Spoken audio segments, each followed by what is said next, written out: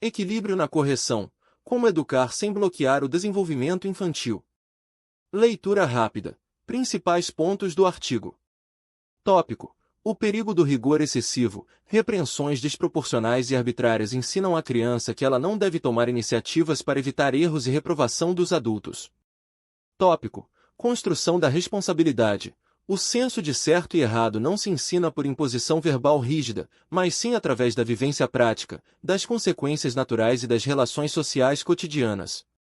Tópico. Normalidade das travessuras. Crianças não têm a capacidade cognitiva madura para discernir perfeitamente a etiqueta social de diferentes ambientes. Para elas, o mundo é um espaço lúdico para brincar. Tópico. Caminho do equilíbrio. Corrigir com diálogo, empatia e firmeza acolhedora orienta a conduta infantil sem paralisar ou gerar medo que bloqueia o desenvolvimento humano. Educar um filho ou um aluno é um dos desafios mais exigentes e complexos da vida adulta. Nessa caminhada cotidiana, deparamos-nos frequentemente com comportamentos indesejados, bagunças e as chamadas travessuras. Diante da frustração e do cansaço, muitos pais e professores tendem a agir com um rigor excessivo, proporcionalmente descolado da gravidade do ato da criança. No entanto, a psicopedagogia clínica e a psicologia comportamental nos alertam para os riscos profundos desse rigor desproporcional. Quando aplicamos correções arbitrárias e violentas, sejam verbais ou físicas, enviamos uma mensagem clara e nociva ao cérebro em desenvolvimento da criança, a de que errar é inaceitável e perigoso. Como consequência, a criança aprende que a melhor forma de se manter segura e aceita é parar de tentar, bloqueando sua curiosidade, sua criatividade e sua iniciativa pessoal. O impacto do rigor excessivo no cérebro infantil. O cérebro da criança é altamente plástico e molda suas conexões com base nas experiências vividas. O medo ativa a amígdala cerebelosa, a estrutura responsável pelas reações de sobrevivência, luta, fuga ou congelamento. Quando uma correção é realizada de forma severa ou humilhante, o cérebro da criança entra em estado de alerta máximo. Se essa dinâmica de medo e repressão for frequente, a criança desenvolve o que chamamos de bloqueio de iniciativa. Para evitar a dor da reprovação e da bronca severa, ela conclui que é melhor não arriscar, não criar e não explorar. Esse comportamento defensivo prejudica gravemente a autoconfiança, a autonomia e a capacidade de resolução de problemas na vida adulta. Em suma, o rigor excessivo trava o potencial do desenvolvimento humano. A vivência prática como matriz do senso de certo e errado.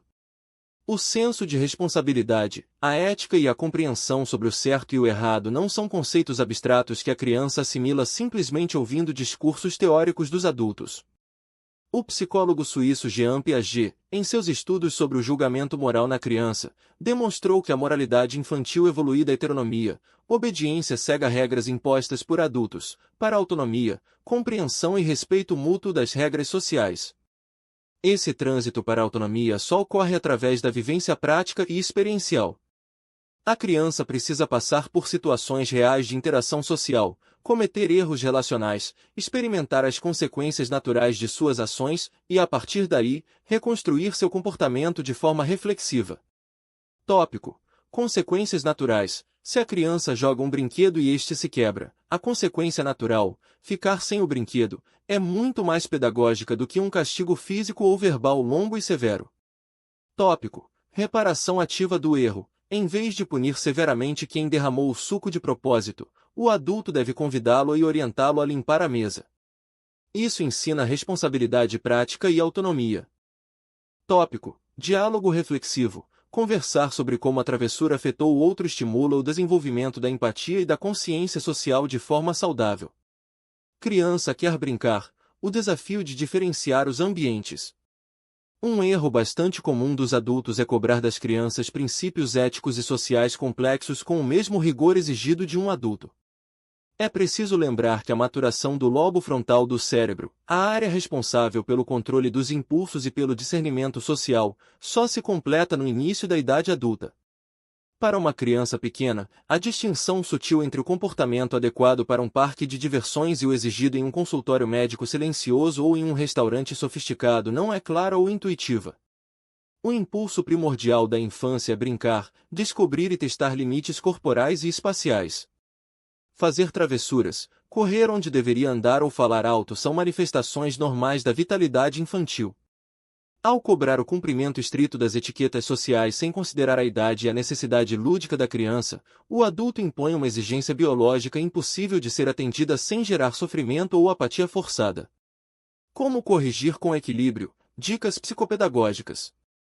Tópico: diferencie a criança do comportamento. Nunca rotule a criança: você é mau, você é desobediente. Em vez disso, direcione a crítica à atitude específica: você fez uma travessura perigosa, essa atitude de jogar o objeto não foi correta. Isso preserva a autoestima infantil. Tópico: use a calma como ferramenta de autorregulação. A criança aprende a se acalmar observando a calma do adulto. Se você grita para corrigir um grito, está ensinando que a agressividade é a forma legítima de resolver conflitos. Respire e fale com firmeza e afeto. Tópico: antecipe as regras de forma simples. Antes de entrar em ambientes silenciosos, converse com a criança no nível dos olhos e explique brevemente o que se espera dela. Agora vamos entrar no consultório médico, onde as pessoas estão descansando.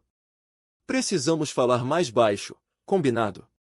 Tópico: permita o erro como oportunidade de aprendizado. Mostre que errar faz parte do processo de crescer e que o importante é consertar a situação. Ajude a pensar: o que podemos fazer para resolver isso agora? Conclusão: corrigir com equilíbrio não significa ser permissivo ou ignorar a necessidade de limites. Limites são fundamentais para que a criança se sinta segura no mundo. Contudo, esses limites devem ser construídos com base no afeto, no respeito e na coerência pedagógica, e nunca através do medo ou da arbitrariedade. Ao substituirmos as broncas violentas e os castigos humilhantes por orientações seguras, conversas reflexivas e acolhimento emocional, permitimos que a criança desenvolva um forte senso de responsabilidade ética sem comprometer seu potencial criativo e sua alegria de viver.